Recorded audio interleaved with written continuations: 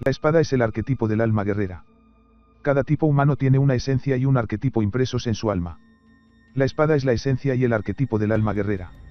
Sea cual sea la forma en que la sujetemos o la coloquemos, la espada siempre se proyecta hacia el exterior con el terrible brillo de su acero o con la sorda agresividad de su bruñido.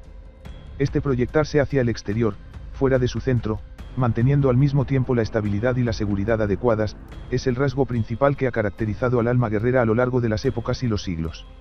El alma sacerdotal intercede y ofrece, el alma campesina siembra y cosecha, el alma artesana crea y produce, el alma guerrera defiende y lucha.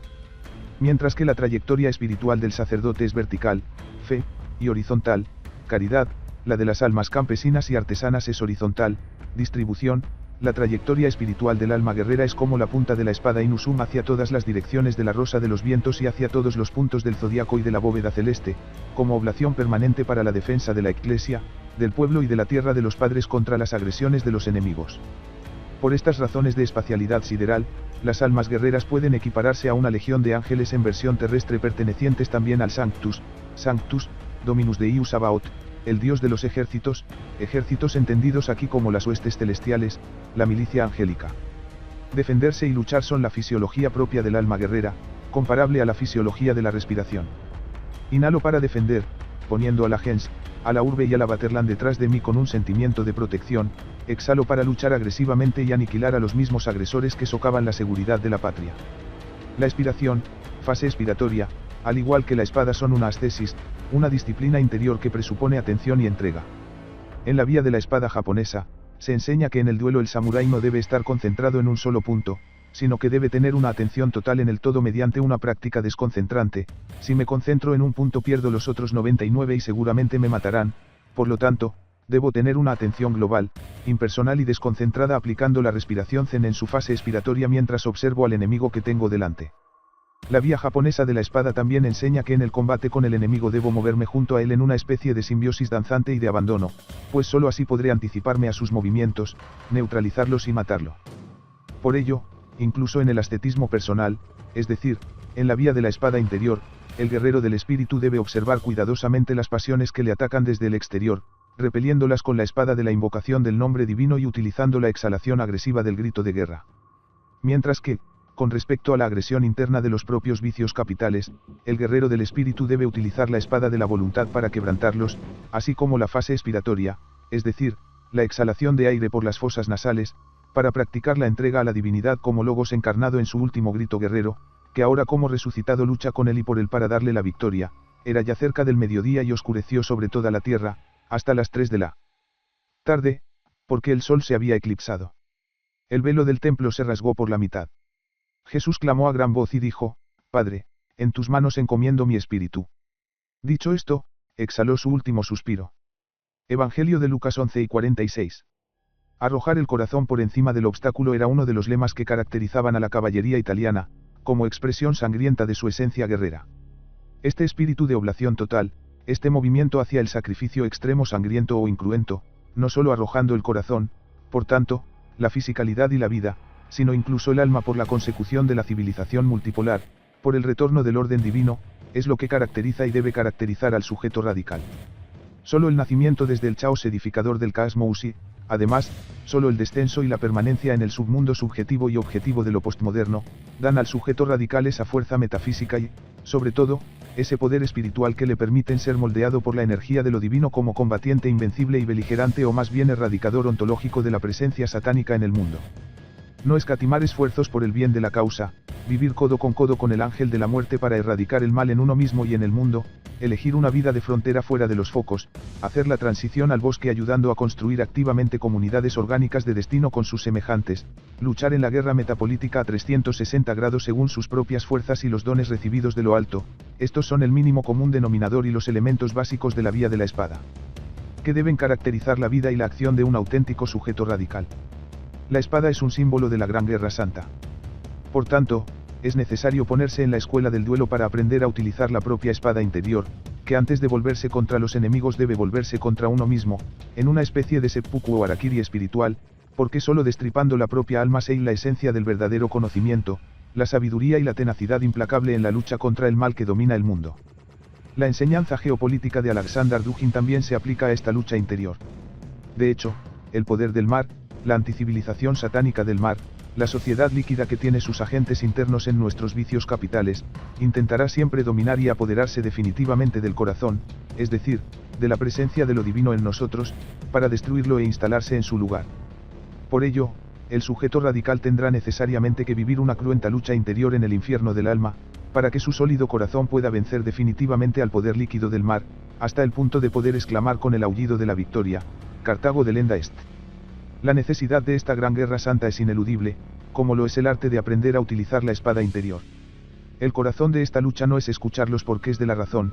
que puesta en sufrimiento, en 1000 casos con sus razonamientos, mostrará la aparente irracionalidad de una lucha interior que, en cambio, se funda precisamente en el realismo y en la realidad unívoca de la fe y la razón, el redimensionamiento del ego a la luz del ser, la muerte de lo demoníaco y la victoria de lo divino, la destrucción del hombre liberal como hombre de la corrupción y la afirmación del sujeto radical como hombre de la tradición. A este respecto, hay que recordar siempre que la mente, y que el camino seguro para ganar esta lucha es el don de una intuición fuerte iluminada por la voz y la sabiduría de lo divino, capaz de cortar los pensamientos y razonamientos negativos y acomodaticios desde su inicio. El arte de la espada interior consiste principalmente pero no exclusivamente en lo siguiente. Hay que ejercer en grado sumo y contra todas las quejas de la propia naturaleza corrupta la lucha contra los 7 vicios mortales, mediante la práctica generosa de las 7 virtudes contrarias con la ayuda de la divinidad, que nunca debe faltar y que puede darnos la victoria final en la gran guerra santa. Practique la humildad para erradicar el orgullo, con sus emanaciones de altanería y vanagloria, porque la humildad nos libera de sobresalir y nos da alas de águila para volar libres.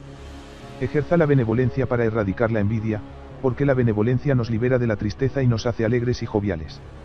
Consiga la tranquilidad para erradicar la ira, porque la tranquilidad nos libera de la agresividad y nos hace serenos. Logre la generosidad para matar la avaricia, porque la generosidad nos libera de la codicia y nos abre el corazón. Consiga la laboriosidad para matar la pereza, porque la laboriosidad nos libera de la desgana y nos proporciona felicidad y un sentimiento de realización personal. Consiga la sobriedad para moderar la gula, porque la sobriedad nos libera de la gula y nos proporciona el equilibrio de los sentidos. Entrénese en la pureza para abatir la lujuria, porque la pureza nos libera de la lujuria y nos da un control adecuado de nuestra sexualidad. La espada es el camino del sujeto radical. La vía, el hacer, la vocación, la misión del sujeto radical es la vía de la espada. Es un camino de luz, un camino hacia la luz de lo divino que atraviesa la monstruosa oscuridad, ad intra de la propia naturaleza corrupta, ad extra de la licuefacción del transhumanismo posmoderno. Como enseña Cornelius C. Lea Codreanu, una piedra angular indispensable de inspiración para todo verdadero subjetivista radical, ama la trinchera, desprecia el salón, debe ser el punto de partida y una firme convicción del estilo de vida personal, para no dejarse tentar por los constantes espejismos del consumismo posmoderno y la dolce vita. Sin embargo, la lucha cotidiana del sujeto radical va más allá de la trinchera y, como el icono de San Jorge Caballero, se enfrenta siempre a la boca del dragón, al leviatán, a su mayasma, a sus grilletes, a su aliento de fuego y a sus huestes, no solo para resistirle en la cara sino también para herirle con la rectitud sobrehumana de su comportamiento y la crueldad de su radicalismo exterminador. En este tipo de existencia vivida constantemente en el limes del asalto metapolítico, el sujeto radical debe huir y crecer en la apatía más rigurosa, en la impasibilidad más ruda, en la imperturbabilidad más granítica. El objetivo último in itinere del sujeto radical que practica la vía de la espada, debe ser únicamente la lucha apocalíptica y la continuación de esta lucha titánica. Él, en total indiferencia, no debe alegrarse por las victorias como tampoco debe afligirse por las derrotas, sino que solo debe continuar la batalla por el bien de la causa. El sujeto radical nació y vive solo para seguir luchando hasta la victoria final, de plaza en plaza, de barricada en barricada, de frente en frente, de trinchera en trinchera. Como un panzer que no tiene alma propia pero es guiado por la destreza de un auriga experto, así el sujeto radical, ahora desprovisto de voluntad propia, será guiado exclusivamente por la divinidad, por el Espíritu de Dios que habitará en su alma no por posesión sino por amor libre y compartido, convirtiéndolo así en un invencible guerrero ardiente guardián del fuego de la tradición. La vía de la espada es, pues, el destino de las vidas heroicas y la vida del sujeto radical es una existencia heroica vivida en grado sumo.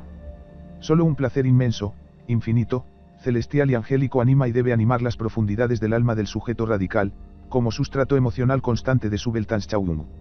Hablamos aquí de un placer guerrero o más bien belicista, un placer que pone su corazón marcial en la paz y la seguridad de ser guiado por la divinidad y ser su instrumento consciente y libre. Un placer que es guía en la continuidad de la acción y en los momentos de descanso, un placer que atormenta en la vigilia y angustia en la espera. Un placer que pone en fibrilación las fibras más ocultas e íntimas del alma, un placer que es la quinta esencia del alma guerrera y del sujeto radical. Es el placer supremo del gusto por la lucha, el significado último de la esencia de la vía de la espada.